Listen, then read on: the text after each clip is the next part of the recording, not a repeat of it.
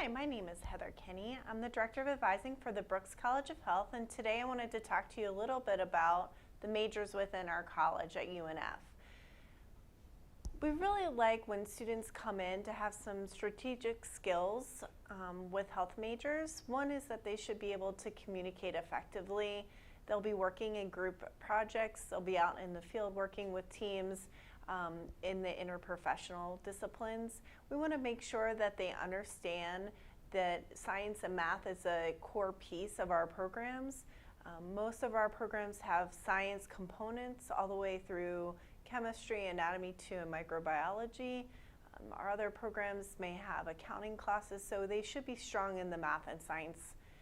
They also should make sure that they understand the program requirements of the programs before they come in.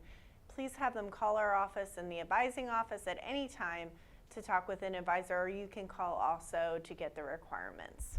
We have 6 undergraduate majors at UNF. There's 3 limited access programs, a Bachelor of Science in Nursing, a Bachelor of Science in Health and Exercise Science, and a Bachelor's of Science in Athletic Training. We also have 3 non-limited access majors, which means the student could come into this major at any time throughout the year. That's the Bachelor of Science in Health in Public Health or Community Health, the Bachelor's of Health Administration, and also the Bachelor's of Science in Nutrition and Dietetics. We're first going to talk about the limited access programs. The School of Nursing admits 72 undergraduate students in both the summer and the fall semesters for their pre-licensure and their accelerated programs.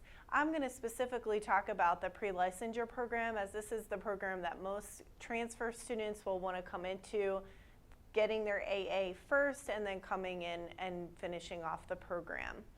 It does require that the student has a minimum GPA of a 2.9 in the prerequisites and also in the cumulative GPA, but average prereq GPA is about a 3.7, and the average T-score is about a 335 out of 400. Students need to have a strong GPA. It's a sliding scale for interview purposes, and so to get to the interview, the student needs to have a high prereq GPA and the T-score. They combine those two and invite students on for an interview. That would be the second round. Typically, the students will need to have an AA degree, or if they come in as a lower level transfer student, they can finish off the general education requirements at UNF along with the prereqs. They need to have all the prerequisite courses complete prior to starting, and as of the deadline, for summer deadline is January 15th, and for the fall deadline is May 1st. By that deadline, 3 of the sciences have to be complete, and overall 5 of the 8 prerequisites have to be complete.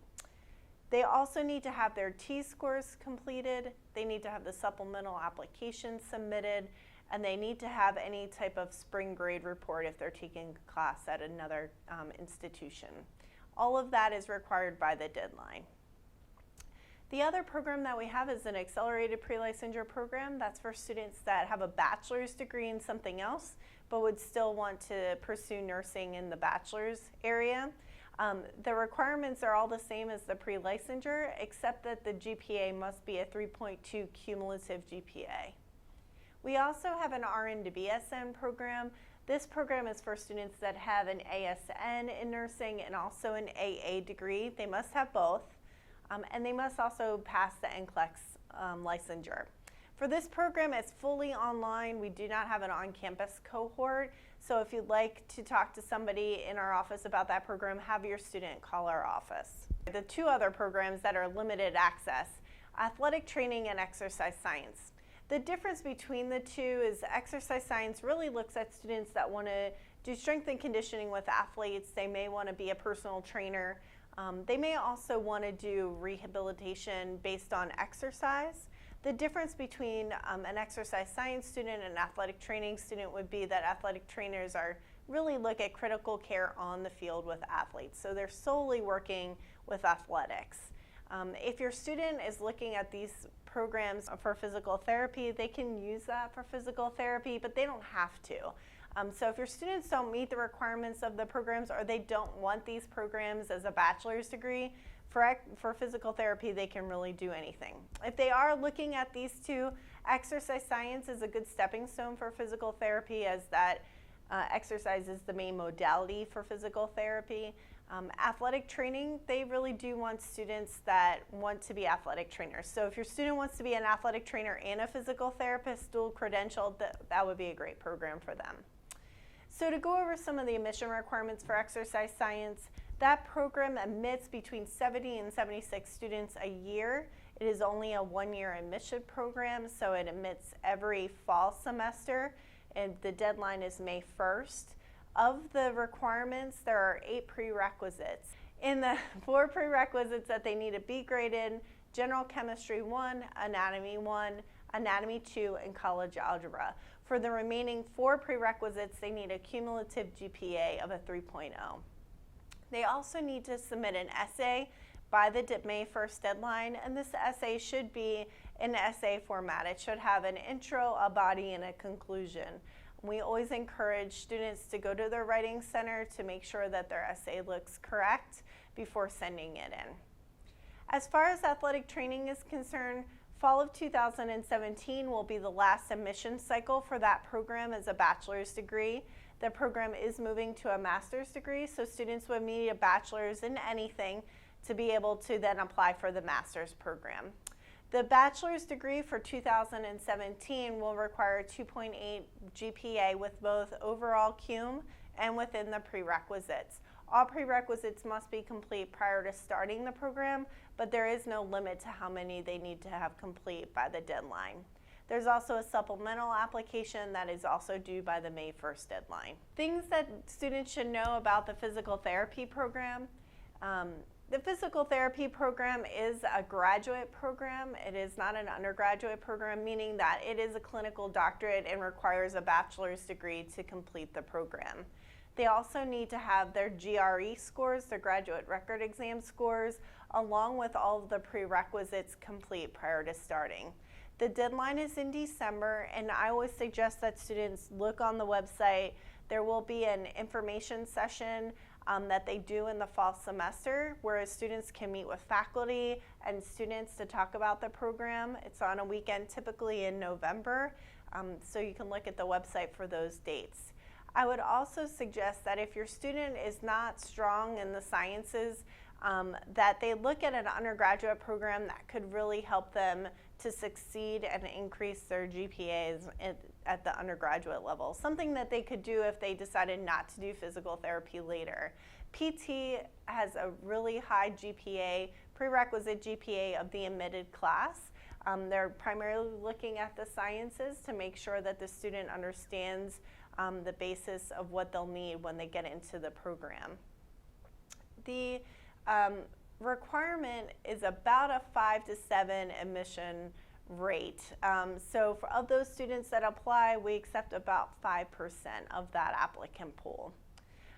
If your student is ready for the program, they're getting their bachelor's degree, they have all the prerequisites, please encourage them to apply early prior to the December deadline. That way they can get everything in through the graduate school. They can always call the BCH advising office to get more information about any admission requirements. If your student does not feel like they would be ready for the program and they want to finish out in a major, they don't necessarily have to do exercise science or athletic training, so have them pick a major that they're interested in pursuing. And then we always encourage students to, if they're not going to be able to fit the prereqs in, they could do that after they graduate before they apply. As far as the 3 additional majors that we have within the Brooks College of Health that are not limited access, so again, that means any student can apply for this program for any semester, is nutrition and dietetics. This would be if a student wants to be a registered dietitian. This program is accredited and allows them to apply for the dietetic internship after they graduate. Public health or community health. This program is really health education and health prevention, working around promoting healthy behaviors. And then health administration, which is more of the business side of the health field. We encourage students to look at our career services website on our Brooks website so that you can understand more about what each of those areas does. As far as students, we don't tell students that they have to go into a specific major. So they could pick any one of those. Nutrition and public health are going to have heavier sciences, where health administration is going to be more math and accounting. So please make sure that students do have the prerequisites prior to entering. Does not mean that they have to have them, but for those programs, it does help to have the prerequisites complete prior to starting. We can get students into major requirements and prerequisites at the same time for both public health and health administration. So students that are not complete can come in and do those as they're working on major requirements. For nutrition and dietetics, they can still come in and finish the prereqs, but unfortunately, they cannot start the major requirements until they're finished with the prerequisites. That program in nutrition is sequenced out, and so students typically start the sequence in the fall semester. So how do you help your student? We always suggest that you look on the catalog, the university catalog, and also our web pages. For example, the School of Nursing has FAQs on how to get your student admitted, on the TEAS test, on study materials. So please always look on the website to gain that information. We want all students to contact us. We prefer that they contact us directly. If you have any questions while the student's in your office, feel free to contact us also. We like to be able to walk students through the process. We always encourage them to first read the material and then call us, and then we can walk them through how to apply. We also encourage students to always have a backup plan to limited access programs. Because of the competitive nature of those programs, we want the student to attend UNF, and so we want them to come and have a great experience here. And so always have a backup plan to the limited access program. We work with our students to make sure that they understand if they don't get into the limited access, what other options they have. The other thing that I always tell advisors is to really encourage your students to get some sort of experience, that whether that's volunteering in a healthcare organization or that's being a CNA or a medical assistant, something to the nature to allow them to give them the experience. Students tend to come in with not a lot of experience, and then they have a couple years to get that before they graduate. All of our programs do have either a clinical or internship component to them, and so they will get hands-on experience once they're in the program. This is our advising information. There's myself as the director, and there's 4 additional advisors, plus a coordinator for our RN to BSN program. So please feel free to contact us at any time. We do have walk-in hours Monday through Friday in the summer from 8 to 4 p.m. and then during the year, Monday through Thursday from 8 to 5:30, and then on Friday from 8 to 4. So students can walk in. We encourage walk-ins over appointments for prospective students. If you have any questions, please feel free to contact us, and we look forward to seeing your students.